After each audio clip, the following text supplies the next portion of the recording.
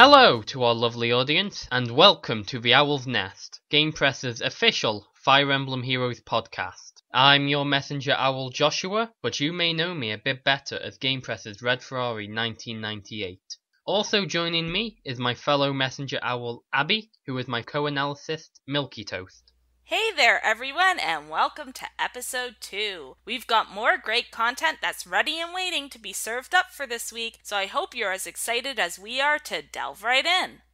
Before we begin, I just want to thank you all for the support and feedback you've given us from the first episode. Whether you've talked to us in the podcast channel of the Gamepress Discord server, or you're simply here to just listen to the episode, I truly appreciate every one of you. It's been great getting to hear from our amazing community, and we will continue to do our best to provide you with the best possible show that we can each week. As always, if you have anything that you'd like to say about the show to either one of us, we're usually available on the Gamepress Discord. Without further delay, let's get on with the show.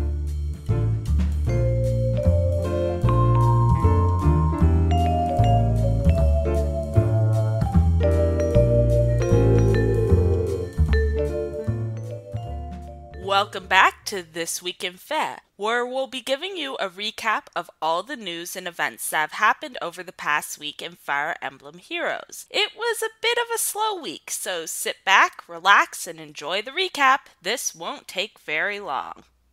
First things first, on June the 19th, Oliver once again graced us with his beauty through a rerun of his Grand Hero battle. While Oliver has one of the easier Grand Hero battles, there's still a few things to watch out for. Oliver himself comes with his blazing light already charged and ready to fire at anyone unfortunate enough to allow themselves to be attacked by him. Not to mention the magnificent entourage fighting alongside him, including a strong green Manakete with high stats and distant counter, as well as two other mages loaded out with owl tones and bond skills. It's best to be prepared to face strong magical threats, or else this map may give you some trouble. As per usual, the reward for completion of this map on hard mode is a 3-star copy of Oliver, on Lunatic is a 4-star copy of Oliver, and on Infernal is an additional 4-star copy of Oliver, along with a bonus 2,000 feathers. Oliver himself is an overall underwhelming blue mage, though his high resistance and HP makes him a great magical wall and a good candidate for the Blast Serpent tome, and can even become a mixed ranged wall if you are prepared to invest distant defense into him. If you are finding it difficult to face off against Oliver's radiant beauty, there is a guide on his Grand Hero battle page on Gamepress if you need any assistance. But act fast, as Oliver will be once again leaving us on June 27th.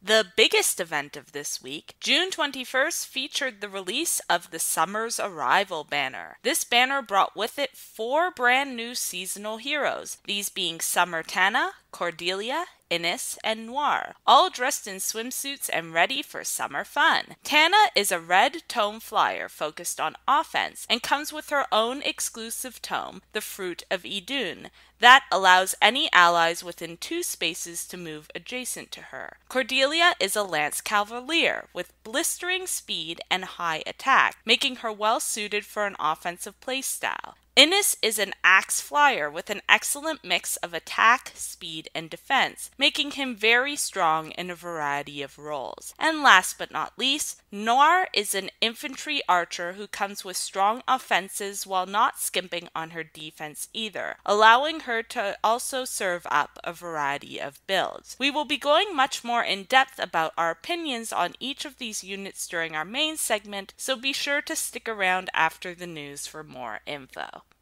And of course, alongside this event also came a brand new paralogue, also named Summer's Arrival, just in case you want a few extra orbs to spend on the banner, or to simply add to your stockpile. While this banner is active, limited time quests are also available for these paralogues, clearing the maps on Lunatic difficulty without losing any units, and having at least one unit of a specific weapon type in your team will net you an extra orb. If you're looking for the specific quest requirements, the first map requires a sword unit, the second map requires a lance unit, and the third map requires an axe unit.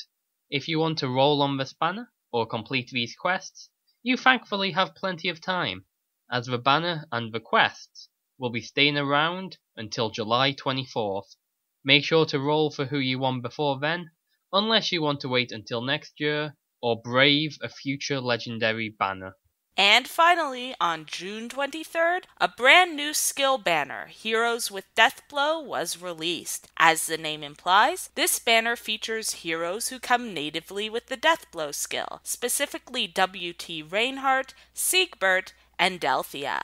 W.T. Reinhardt is a sword cavalier with an incredible weapon, the Meisterschwert, which is an exclusive brave weapon that works on both player and enemy phase. Siegbert is another strong sword cavalier with good attack and speed. His exclusive weapon, the Dark Greatsword, grants him the Swift Sparrow skill, making Siegbert a great choice for an offensive-oriented cavalier. Last but certainly not least, Delthea is a blue mage who has incredible attack and high speed, making her very strong when initiating. Her tome, Dark Aura, will boost adjacent melee range allies by 6 attack at the start of the turn, making her also a strong support unit in addition to being a solid offensive unit. This is a solid banner. W.T. Reinhardt and Delthea are definitely 2 units worth having, while Siegbert is less desirable but still powerful. If you want to pull for any of these units, this banner will be sticking around until July 5th. And that's everything for this week in Fae. Not a whole lot has happened this week, but the release of brand new seasonal units is always exciting, and we've even got the new legendary hero to look forward to next week. If you're curious about building any of these units we've mentioned, or want to learn more about them, all of their Gamepress unit pages are up to date, so feel free to give them a look. Now, let's continue on with the show.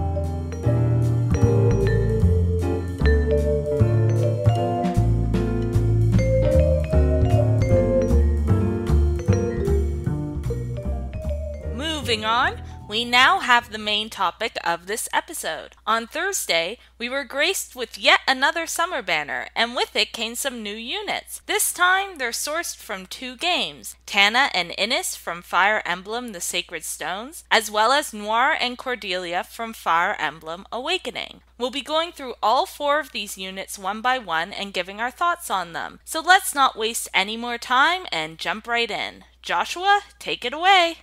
First up, the Princess of Freelia joins the fray once again. Summer Tana is a red tone flyer with high offensive power but low defensive capabilities. She comes with her own exclusive tome, the Fruit of Idun, which acts as a universal guidance, allowing any ally within 2 spaces to move adjacent to her, as long as she's above 50% HP. She also comes with a brand new A-slot skill, Attack Speed Push. This skill is effectively Celica's Ragnarok tome in skill form, granting +5 attack and speed if Tana is at full HP at the start of combat. But then this does cause her to take recoil damage after the battle. The recoil from attack speed push is less severe than Ragnarok, however, only dealing 1 HP of recoil damage as opposed to Ragnarok's 5 HP of recoil damage. Summer Tana comes with 35 HP, 33 attack, 36 speed, 20 defense, and 25 resistance. It's worth noting if you're interested in boosting your arena score, that Tana does have super boons in both HP and resistance. This will boost her up to 150 base stat total, which will place her in the above BST bin. As we said before, she is very offensive oriented with her 33 attack and 36 speed, which, as far as red mages go, that's pretty good. When you compare it to other red mages, it's really good. And she can definitely run well with offensive sets. As much as I always hate to say it for offensive mages, she might be better off with Blade than the Fruit of Idun. Blade is just so strong on flying mages, especially because they can take advantage of those class-specific buffs. The accessibility of Fortify flyers is quite open, it's not that hard to obtain. For that addition to that attack stat, it's just so good, and is definitely why we suggest Blade on flying mages and cavalry mages so often, except for Reinhardt, but Reinhardt's special. You can't really beat a Brave Tome, can you? No, you definitely cannot. But while Blade is such a good option, I definitely do not think that Fruit of Idun is a bad option. In fact, I personally think it's a pretty good option. The ability to have a universal guidance which can work on everyone, whether they be infantry or armored or flying or cavalry. They can make use of this guidance and move right adjacent to Tana. Of course, this does have a HP requirement, unlike guidance and flyer guidance, which can both be used indefinitely regardless of whatever HP the flying unit is on. So it does have a bit more restriction in that sense. I think this does have a lot of opportunity to be quite powerful, and especially on defense teams, I can say in my own personal experience that I have been caught off guard by guidance before. Okay, yeah, makes sense. Something else to talk about is definitely attack and speed push. Just to recap, at the start of combat, if the unit's HP equals 100%, that grants attack and speed +5, but if the unit attacked, it deals 1 damage to the unit after combat. So obviously, not a lot of recoil damage there. How do you think it compares to life and death? It's an interesting skill, attack speed push, to me. You get the +5 attack and speed when you're at full HP, but that in itself I think has a few flaws. The requirement to be on full HP is definitely extremely detrimental. The second she takes damage, it's gone. Of course, Tana does come with renewal to help offset it, but still, it is very possible to be caught without an A slot effectively. If you're not at full HP, you just don't have an A slot skill. That's why I really that good of an option. You could use something such as attack speed bond instead. That again, much like push, gives her with +5 attack and speed. But instead, all she needs is an ally next to her, which does then synergize with the Fruit of Idun. You can move an ally right next to her and activate the bond. In that sense, I think bond is a stronger option. I also think Swift Sparrow is a stronger option. While Swift Sparrow is only +4 attack and speed, the fact that all it requires you to do is initiate combat, it's so easy to activate. Yes, of course. I mentioned life and death, and the reason that I mentioned that is I personally think that life and death is a great option for offensive units because it gives that permanent boost to speed, therefore denying more doubles, but also very comparable to attack speed bond, just less stringent activation requirements. I can understand where you're coming from with life and death. It's not a skill I personally really enjoy because I like having my defense, and I have found in the past that with skills such as Fury on offensive mages, that has actually given my offensive mages enough bulk to survive a hit from the hard-hitting distant counter users, whereas with life and death that's just not happening. That's definitely a restriction. So moving on to comparables. For weapons, we have Halloween Noise Grimoire, and that has the effect of if the unit possessing this weapon has above or equal to 50% HP, the unit can move adjacent to any ally within 2 spaces. So Fruit of Eden is obviously kind of like a reverse Grimoire in that the Grimoire allows Halloween Noe to teleport next to allies, while the Fruit of Eden allows allies to teleport next to Tana. So of the two, which would you say is maybe more flexible? From my own personal experience, I'd probably enjoy the Fruit of Idun more. If we compare them to their skills, which are based off, Grimoire in a way is just like flyer formation except without the flyer restriction, whereas Fruit of Idun is just guidance without the restrictions. I found in the past I've gotten more use out of guidance than flyer formation. From that standpoint, in my opinion, Fruit of Idun is a better utility weapon, but Grimoire definitely, I think, has its uses. The ability to teleport next to an adjacent ally within 2 spaces. It lets you cover a lot of ground. It lets you potentially attack a target you couldn't have attacked before, which I think can be used by Halloween Nowie to give her some pretty good offensive potential. Especially when she's on an arena defense team, she can catch people off guard. And something that we were mentioning before is that Grimoire really, when you look at its effect objectively, really only has an effect on one unit, that being the unit that possesses the weapon. Whereas Fruit of Idun can potentially give the whole team more range and more movement ability. So of the two, Grimoire has less utility if you're looking purely objectively on how many units it would affect. Yes, I do agree somewhat. I think Grimoire does have its utility, it's just a bit more limited in use than Fruit of Idun would be. Anyway, speaking of Halloween Nowie, we should take a look at how they actually compare to each other. They are actually very similar stat-wise when compared to Halloween Nowie. Summer Tana has plus 1 HP, minus 1 attack, plus 4 speed, and minus 2 res, so they really are similar to one another in that regard. They definitely are when you just look purely at the stat line. Yes, I do think Summer Tana is better if you want an offensive red flyer. She has that extra speed, and not to mention Fruit of Idun itself does give plus 3 speed. If you're going to use their personal weapon instead of Blade, then Tana does have a considerable speed edge over Nowie, at just the cost of 1 attack, which I think is a fair enough trade. I would believe so as well. So, all in all, Summer Tana is definitely a powerful unit. I do think, personally, that she is better than Halloween Nowie, even though it might not be by much. And with that being said, let's move on to the next unit.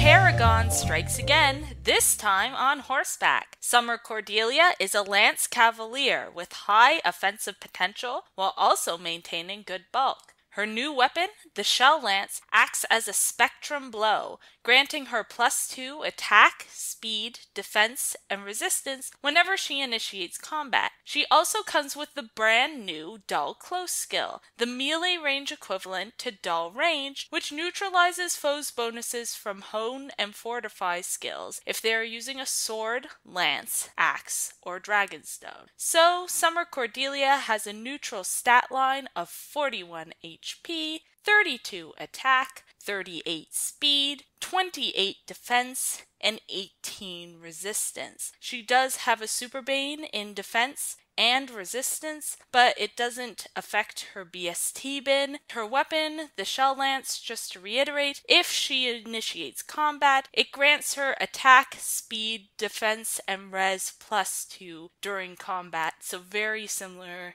or almost exactly similar to the blow skills such as Swift Sparrow or Death Blow. Now, she does have 69 physical bulk and 59 magical bulk, and is the fastest lance unit available as of time of recording. So I know what you're probably thinking, Fire Sweep. And yes, Fire Sweep would be excellent on Summer Cordelia. That speed stat certainly very much suits a Fire Sweep set. Also, her attack is quite good at 32. If you're attacking with Fire Sweep, that would definitely be amazing, especially if you're also using Chill Speed.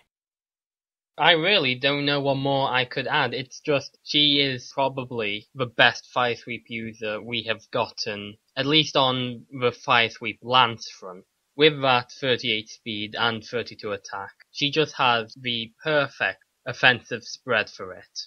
Which is the reason that I mentioned it almost immediately. Get right to the point, Fire Sweep is just amazing on her. But if we were going to discuss some other sets that you could do, we also felt that Summer Cordelia is a great candidate for a quad Brave set. If you were to have a speed boon Cordelia and not a minus attack Cordelia 2, and you were to give her the Brave Lance and Life and Death, Not only will she retain her 41 speed, but she'll also have an attack stat of 45.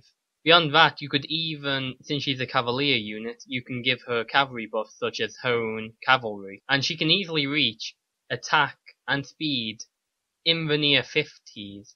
Her attack will be 51 if she's got Life and Death and a Hone Cavalry buff, and her speed will be up to 47, which gives her, frankly, ridiculous doubling potential, which of course with the Brave Lance would lead to her performing 4 attacks.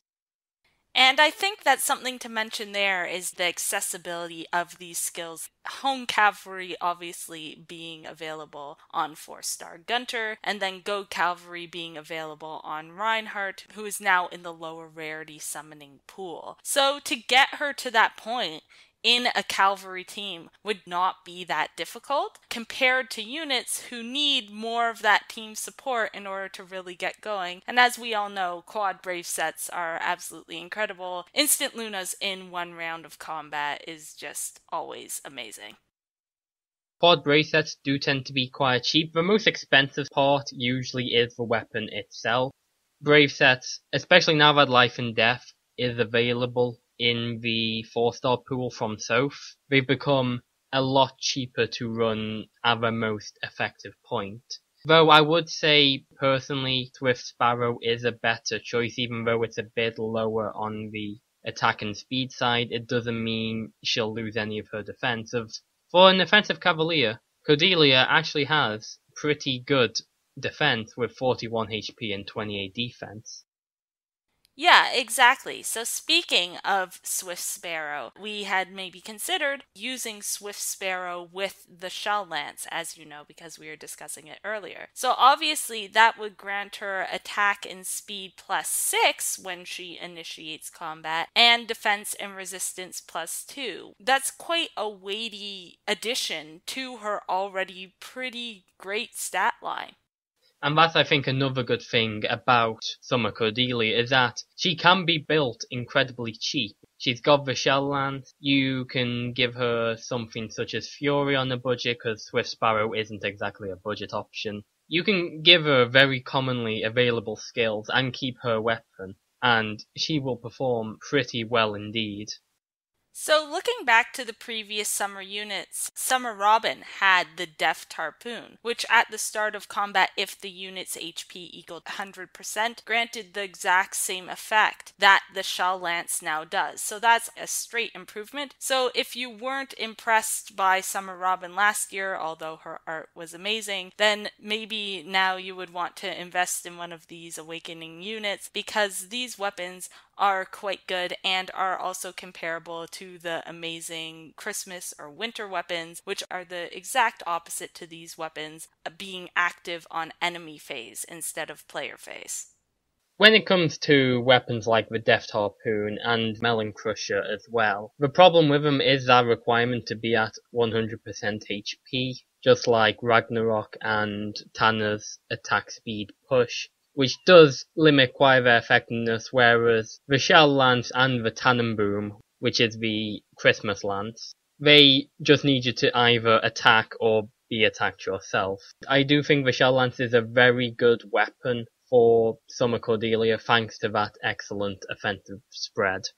So moving on, the closest comparable unit that we could find would be regular old Shigure, not performing Shigure, but regular Shigure. Compared to him, Summer Cordelia has +1 HP, -1 attack, +1 speed, +1 defense, and -7 res. Now, obviously, Shigure has a few benefits that Summer Cordelia does not. He's not seasonal locked, he's also available at 4 stars, and he has flyer movement versus cavalry movement, though I'm not sure if that's necessarily a negative. They're just both different, but it is a comparison to make. Compared to each other, these units are very similar. Summer Cordelia has +1 speed and -1 attack offensively, not a huge difference, but the biggest difference would be their res, where Shigure has +7 res on Summer Cordelia. So do you think that that res difference really makes a difference, because maybe they shouldn't be tanking magic anyway, but if you have to take a hit, might be useful? I'm not exactly sure. Not necessarily, honestly. When they were designing Summer Cordelia, you can see where they dumped their stats in comparison to Shigure. They lowered her resistance, which is her most useless stat. But outside of their resistance, they're basically pretty much the same. And we already know how strong Shigure is. He is an incredible lance flyer. And Cordelia is effectively pretty much just a cavalry version of him. So if you want to try and figure out which one is better, what you really have to consider is, do you value the flyer movement more, or do you value the cavalry movement more? Of course, cavalry get free movement as opposed to a flyer's 2 movement, but flyers have got that advantage of being able to pass over impassable terrain, whereas cavalry is of course hindered by forests, which we can't go through at all, and also by trenches, which have been popping up a lot more recently in arena maps. Yeah, those are two limitations that cavalry have when compared to flyers, especially if you're using a skill like hit and run in their build. If you do use hit and run and then you can't move into the terrain that's behind you, you won't move at all. So maybe not as useful on a cavalry unit as it necessarily would be on a flyer. But if we were to compare him to, say, a different cavalier, say Oscar, compared to Oscar, she has +1 HP, -1 attack, +4 speed, +2 defense, and -3 resistance. Now I'm going to flat out say that, assuming you got perfect IVs on both or the same IVs, Cordelia is easily the more superior unit. The 1 attack trade-off of a +4 speed, I think that's a pretty good trade-off. She does lose a bit of res, but she also gets a bit more HP and defense. Of course, Oscar has the benefits of not being seasonal locked, and he is available as a 4-star and even as a 3-star since the mass demotion a few months ago. Yeah, those two units are comparable, but I would agree with you that Summer Cordelia is better. That +4 speed can be huge, especially if you're going for Quad Brave or Fire Sweep. You'd want that extra speed in order to secure those doubles. So, do you have anything else to add? I don't think we've got anything more to add. All in all, Cordelia is just, once again, she's a solid unit. Every single version of Cordelia we've had so far has been very, very good, and this one is no exception. Someone at IS loves Cordelia. And alright, we will move on to the next unit.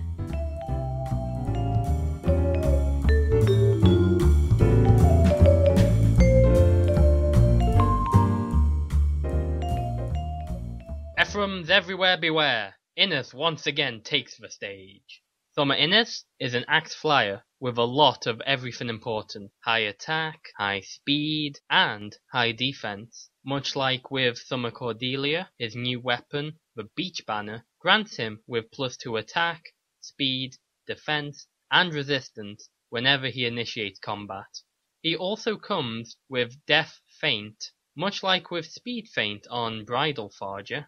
This skill will allow Innes to debuff foes in cardinal direction by 7 defense whenever he uses a rally skill, or someone uses a rally skill on him. For neutral stats, Innes is packing 42 HP, 33 attack, 37 speed, 30 defense, and 20 resistance. Innes has decided to be the boring one this time around, and has chosen not to come with any super boons or any super banes at all. No matter what, if you get a bane, that'll be -3, if you get a boon, that'll be +3. I'm just going to say right now, in my opinion, I think Innes is probably the best unit on this banner. He has a lot of what's important, and he has a lot of flexibility with his build options. He has a lot of different sorts of sets that he can run, from offensive sets to defensive sets.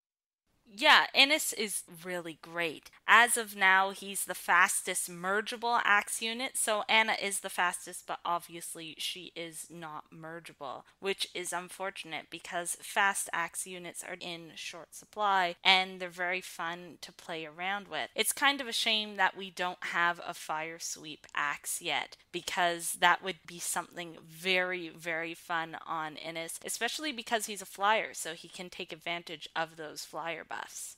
If a Fire Sweep axe existed, he would flat out be the best user of it because of his high speed and his really good attack as well. But he does have a lot of offensive sets he can run. Much like Cordelia, he is great with his default weapon. That Spectrum Blow that he does get, the +2 to everything when he initiates combat.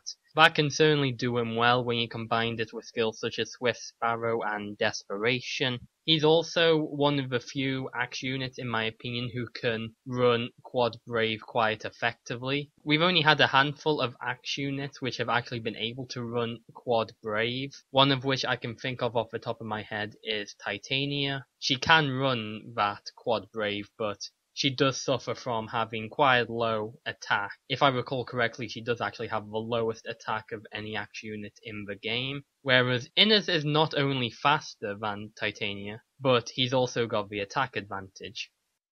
Something to definitely consider is one of his skills being Defense Feint. So if Innes uses a rally on one of his teammates or a rally is used on him, it inflicts defense -7 on foes in cardinal directions through their next actions. So would you say that this skill is necessarily worth being used on Innes? I was never a fan of the Feint skill when it came out on Forger, and it's mainly... Well, it's not mainly, it is entirely due to the fact that it is a B slot. If the Feint skills were a C slot, I would say that they are frankly amazing. They're ploy skills that you can activate on the fly.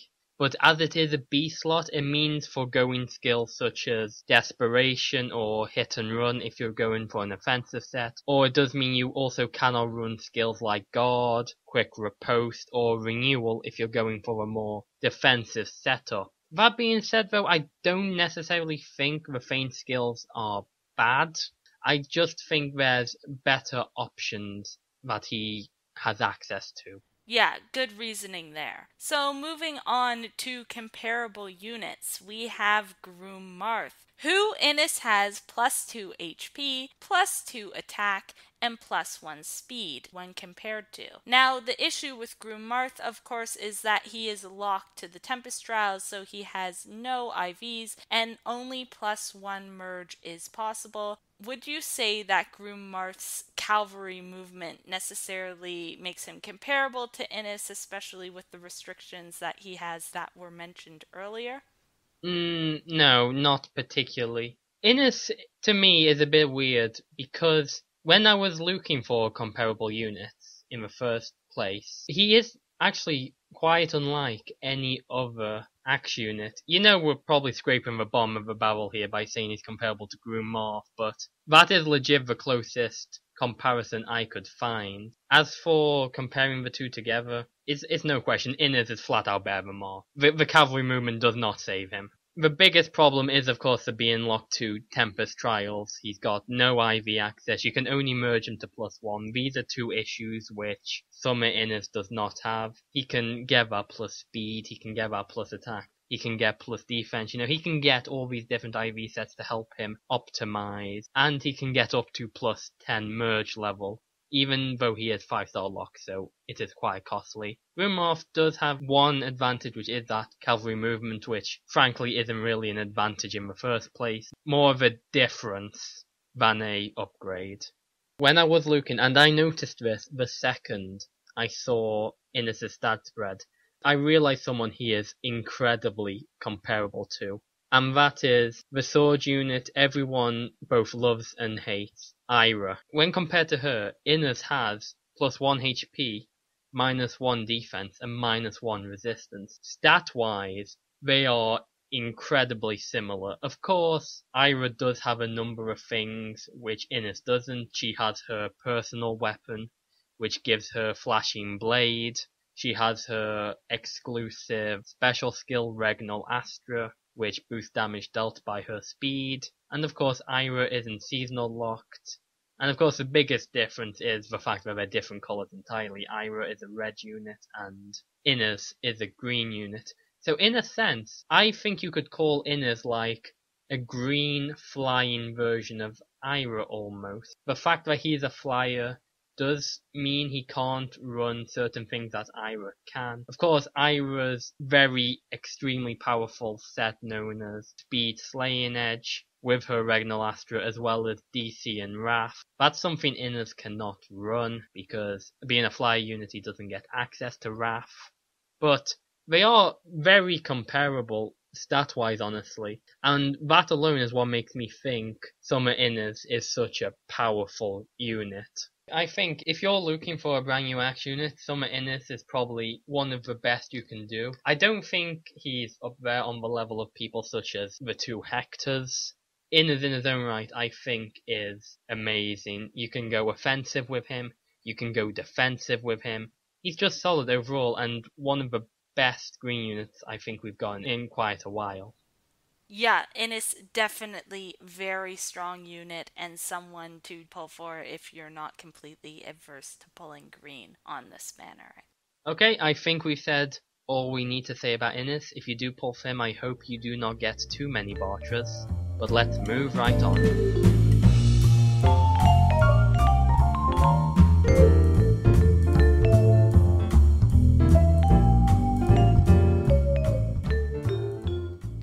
Don't get on her bad side. Summer Noire is an infantry archer possessing good offensive stats while also coming with good defensive stats too. Her bow, the Coca bow, is the same as the other weapons we've seen in this banner, granting Noire +2 attack, speed, defense, and res whenever she initiates combat. She also comes with the brand new C slot skill, Infantry Rush. This skill allows Noire to grant any infantry ally within 2 spaces the Heavy Blade skill. So for stat line, Noire has 36 HP, 32 attack, 36 speed, 27 defense, and 20 res at neutral. So a little more offensively geared, but still rather balanced. She has a super boon in HP and a super bane in defense. Now the main thing of note with Noire is her C skill, Infantry Rush. So just to recap what that skill does, infantry allies within 2 spaces of Noire gain the effect of, if their attack is over or equal to the foe's attack +1, it grants them a special cooldown charge of +1 per their attack. So only the highest value is applied, and this does not stack. So as of time of recording, Infantry Rush also gives the Heavy Blade effect to infantry enemies right now, so hopefully we will be seeing some compensation orbs for that. So it is bugged, it is not working correctly, but once it is working correctly, this skill is going to be absolutely amazing. It can be compared to Infantry Pulse, which gives a special cooldown count -1 at the start of turn 1 for any infantry allies with at least 1 fewer HP than the unit. Infantry Pulse wouldn't be that great on Noire, but it's great on high HP units, often used in dragon teams, so there's a comparison to be made there in their effects, but they are quite different, and it's going to be interesting to see if we do get more infantry specific skills that do affect cooldown like these skills. I think we probably would, because I feel in a way that this is Intelligent Systems' way of making up for the fact that infantry skills do not have class-specific buffs. I do think we're going to see more in the future. I don't know when, but it might be at some point soon. I'm not entirely sure. Unfortunately, I cannot predict the future. You can't, Red? That's so disappointing. I apologize. I am no fortune teller. I am just a humble British man on the internet talking about Fire Emblem Heroes. Alright, so maybe a balancing move that we're seeing here, trying to kind of balance out those class-specific buffs. So Noire specifically has potential as a player phase or an enemy phase archer. Her 27 defense and 20 res are reasonably balanced and can be further boosted by distant defense, the distant defense seal, and the guard bow, and her 32 attack and 36 speed are nothing to sneeze at either. They don't necessarily lock her out of a Brave Bow set or a Fire Sweep set, so she could run either a player phase or an enemy phase build, and maybe you would want to build her depending on the boon and bane that you would receive. I would agree with that. It seems versatility is the name of the game with this banner. Cordelia, Innes, Noire, all of them can run like offensive and defensive sets, though you probably wouldn't run a defensive set on Cordelia, but Innes has those options much like Noire has. As you said, she can run both the Brave Bow and the Fire Sweep Bow.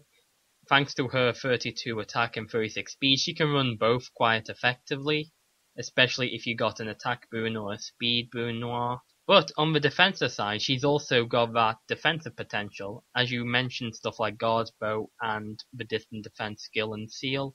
She can easily reach defense and resistance in the high 40s, so this is one thing I came up with. Say if you had a res forged Guard Bow with distant defense in your A slot skill and distant defense in your seal slot, you would be reaching 45 defense and 41 resistance, which is just ridiculous. Not to mention she also has that 36 speed, which gives her decent protection from double attacks.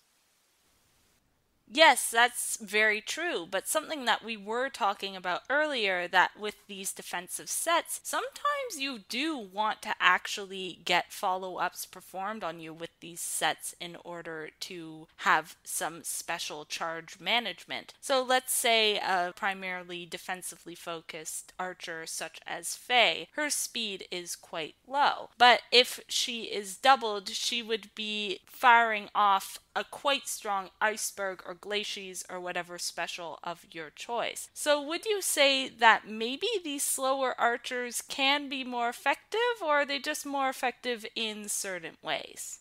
I definitely think they can be more effective in certain ways. I wouldn't say it's a straight upgrade on either side.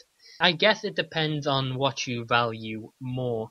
Do you want to avoid double attacks, which in turn increases your overall tanking ability? Or do you want to fire off those higher charged specials more consistently? Potentially even every single round of combat if you get doubled and you're using Iceberg or Bonfire.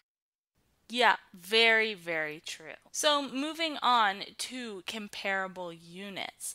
We have, on the more offensive side of things, Bridal Cordelia. So compared to Bridal Cordelia, Summer Noire has -3 attack, +1 speed, +8 defense, and -2 resistance. But Bridal Cordelia also shares her focus, while Noire does not, which makes Noire arguably slightly easier to obtain, so something to consider there. Now, with this stat line, something that you'd see is Noire's versatility, whereas Bridal Cordelia doesn't really have a shot of doing a double distant defense and guard bow set due to her weak defense. Noire can run such a set and arguably would be quite effective at it. But Noire does have -3 attack compared to Bridal Cordelia, making her much less effective with a Brave Bow set.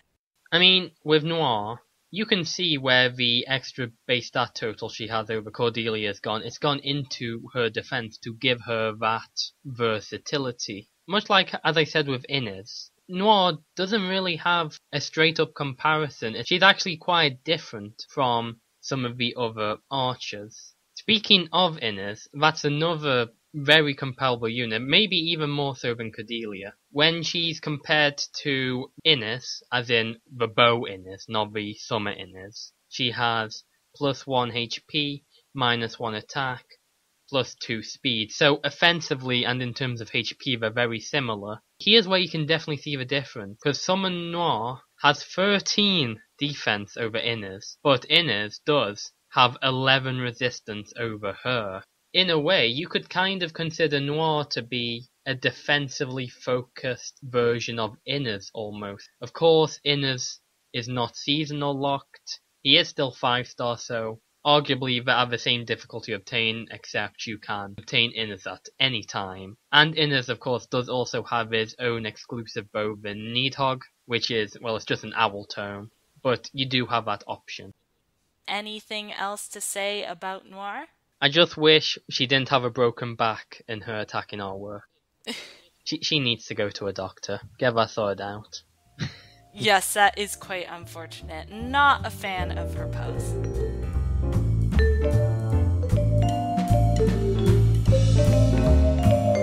that's it for all the units on the new summer banner. All in all, I think this is a really solid banner. Every single unit on it, they're all really, really good. No unit particularly stands out as being weak. With investment, all of them are all fairly versatile, meaning that any IV that you pull could be potentially good, which is quite rare on a banner. And you can make it work, which is pretty awesome.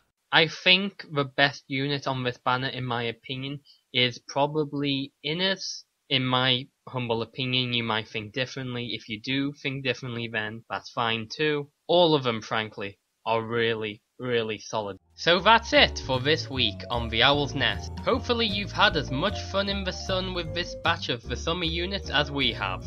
Before we go, we'd like to give credit to Incompetech's Kevin MacLeod for creating all the music that you've heard today. You can find a link to his website in the podcast description if you're having a craving for some more of that sweet, sweet, smooth jazz.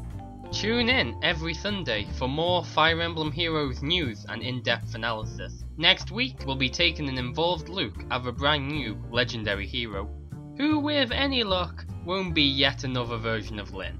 Until then, good summoning, and see you next week.